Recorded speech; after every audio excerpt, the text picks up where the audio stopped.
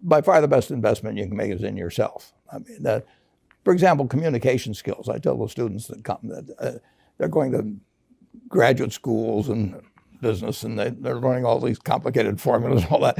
If they just learn to communicate better, and both in writing and in person, they increase their value at least 50%. You know, if the people you look up to are going to form your vision of what the world, you know, how you want to be in later life. And I'll give you two pieces of advice. I'd invest as much in myself as you can. I mean, you're your own biggest asset by far. I mean, you've got all kinds of potential. All the people in this room, you're lucky to be in this country, gotten a good education, but most people go through life using up a very, very small part of their potential. And so anything you do that invests in yourself,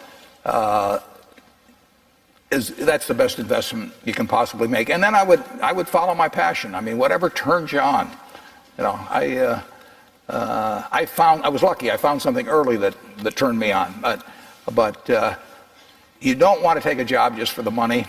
You don't want to take a job for an organization that you really don't feel good about, or work for people that you don't feel good about. You really want to be excited when you get out of bed every morning. And it won't necessarily be the job that you have 10 years later, but you'll be learning so much as you go along. And you know, I took a job with Ben Graham, my hero, and it, you know, I never asked the salary, and I found at the end of the month when I got my first paycheck what I was earning, because I just knew it was the right thing to be doing. So I would follow your passion.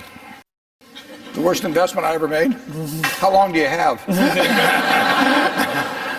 Well, I've made some very bad ones, but that doesn't really bother me. It may bother the shareholders, but that's another question.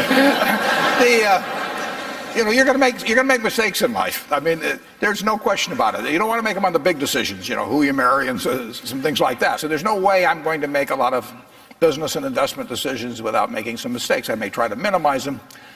I don't dwell on them at all. I don't look back. The biggest mistakes are the ones that actually don't show up. They're the mistakes of omission rather than commission. We've never lost that much money on any one investment, but it's the things that I knew enough to do that I didn't do. We have missed profits of as much as, you know, maybe $10 billion in things that I knew enough to do and I didn't do. Now, the fact I didn't buy Microsoft way back is not a foregone opportunity, because I didn't know enough to make that decision.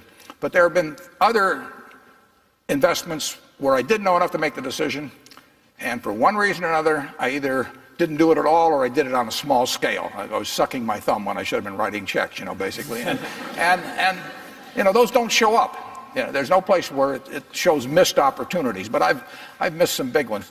The triumphs in life are partly triumphs because you know that everything isn't going to be a triumph. And I would never get too hung up on mistakes. I know a lot of people that really agonize over them, and it just isn't worth it. I mean, tomorrow's another day, and you live it forward and just go on to the next thing.